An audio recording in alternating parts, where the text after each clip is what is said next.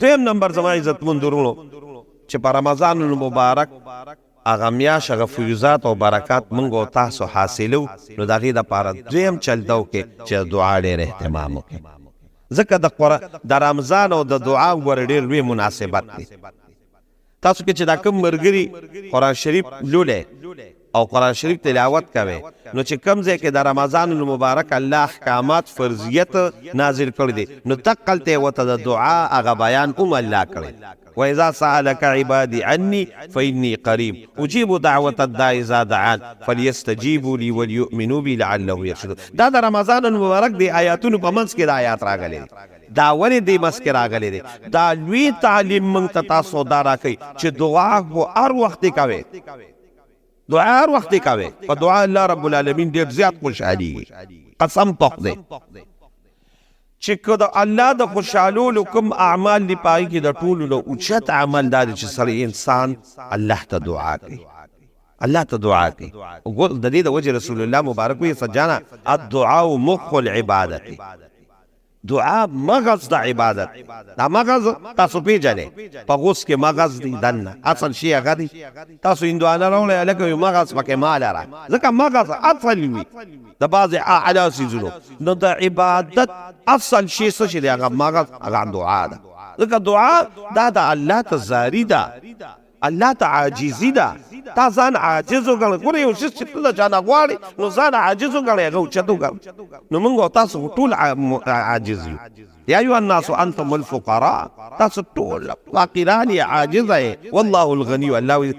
نو دعا خو اسم ډېره ضروري ده، او په رمضان المبارک کې بیا د دعا ډېر اهتمام وکړئ. دعا ډېره زیاته کوي، خصوصا اسجانه په 2 وختو کې به کوې ډېره دعا. عزم کوه، هر مونځ پسې کوه. د دعا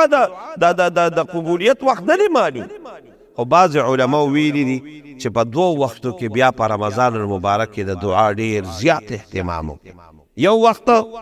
د پیشمني په وخت کې، د پیشمني دی وخت کې الله رب العالمین دعا ډېره قبلې، او دا باقاعده مرفوع حدیث دی، مضبوط حدیث دی چې دی پیشمنی په وخت کې د اخیره کله شپې اخیره حصه شي، نو ما یلیق بشالی څنګه چې د الله شان سره مناسب ده. دغه وخت کې الله رب العالمین دی بیا اسمان ته راشي، یا رحمت راشي، او دا اوازونه کوي چې څوک شته داسې چې ما نه سوال وکړي او زه سوال قبول کړم، څوک شته داسې چې ما نه مغفرت دعا وکړي او زه مغفرت قبول کړم وی بخم، څوک شته داسې چې رزق یې نشته او ما ته سوال وکړي او زه وله رزق ورکړم، څوک شته داسې چې بیمار وي او ما ته سوال وکړي او زه یې روغ کړم، څوک شته داسې چې پلانکي مشکل کې دی او ما ته سوال وکړي او مشکل. دا د پیشمني په وخت کې الله د طرف نه نداګانې کېږي، دغه ډېر قیمتي وخت دی او دعا پکې قبلي. نو یو د پیشمني په وخت کې دعا کوي، او دویم نمبر د روژه ماتي په وخت کې. رسول الله صلی الله علیه وسلم 4-5 حدیث په دې الفاظو راغلي دي چې د روژه ماتي وخت کې الله رب العالمین دعا قبلي، چې بس لاس اوچت کړی وي. او زه راته بیا د دعا لږ چل وکړم، دغې وخت کې چې تاسو دعا کوئ د دې چل راته زه ښیم، داسې چل وکړئ چې یو خو دعا کوي ځکه چې الله رب العالمین یې قبلوي. او څنګه یې قبلوي دا وراثه ده. رسول الله صلی الله علیه وسلم فرمایي چې د 3 کسانو دعا الله نه رد کوي. یو د مظلوم چې چا سره ظلم شوی دی، اگر چې رسول الله مبارک وي کافر ولی نه وي، خو د مظلوم دعا الله قبلوي، دا په مخ عرش ته رسي. دویم نمبر د نیک او د عادل بادشاه، لکه څنګه بادشاه لکه د حضرت عمر رضی الله تعالی عنہ، د عمر ابن عبدالعزیز پشان، د حضرت عثمان رضی الله تعالی عنہ پشان، دغه شان چې عادل بادشاه وي او د هغه نه خلک خوشحاله وي. موږ له د خپل نښه یو دا کټه سري ګورئ، دوی نه مخلوق هم خفه دی او خالق هم ترې خفه دی. دوی دواګانې الله نه قبلوي، خو د دوی دواګانې قبلېدې اوس په پاکستان د دنیا په اول سر کې، نو دوی راته نه یادو.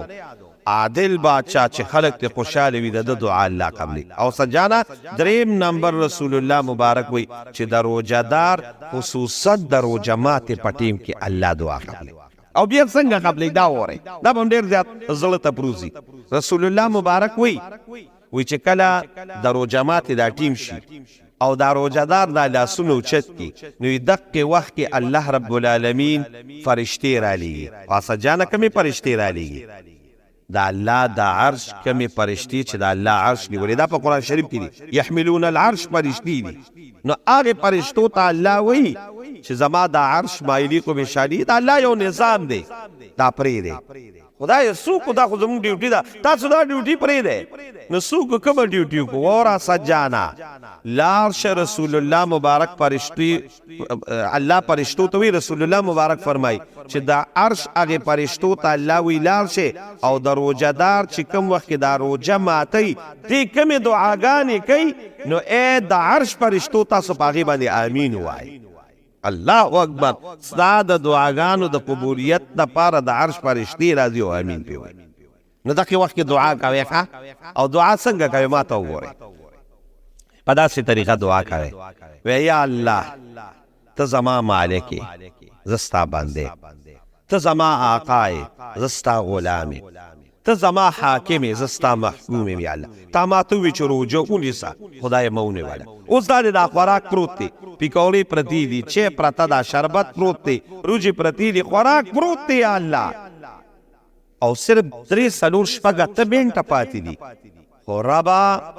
ستا حکم ته انتظار چې تر څو ستا دا الله اکبر نوم نی ویل شي خدای ګوتې نه ورولم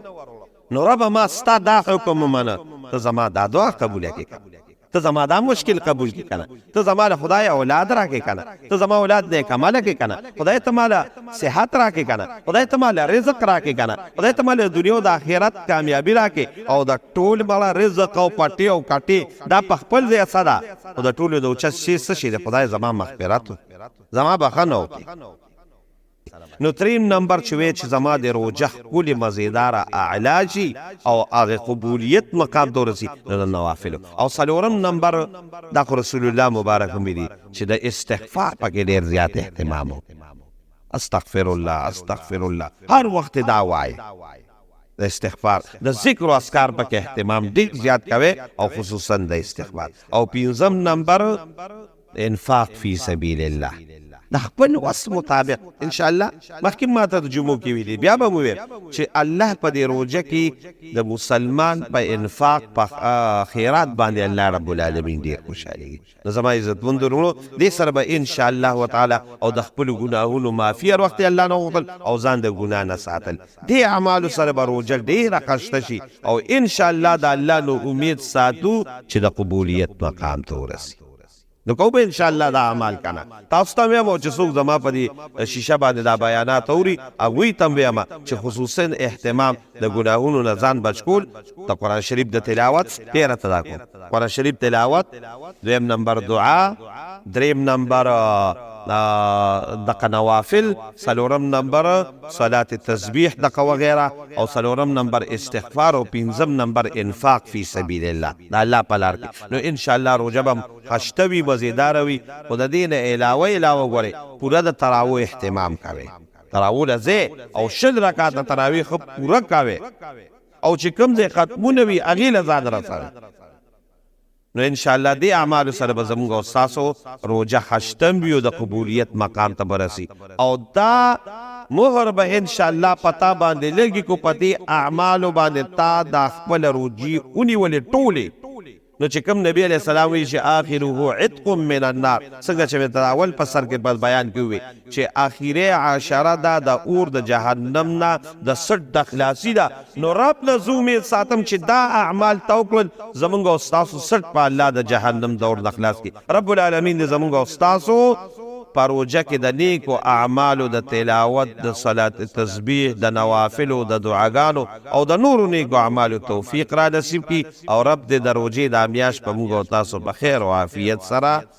تیر کی او د صحت او د عافیت سره او د نیکو اعمالو سره رب العالمین دې د امیاش په خیر او عافیت تیر کی واخر دعوانا الحمدلله.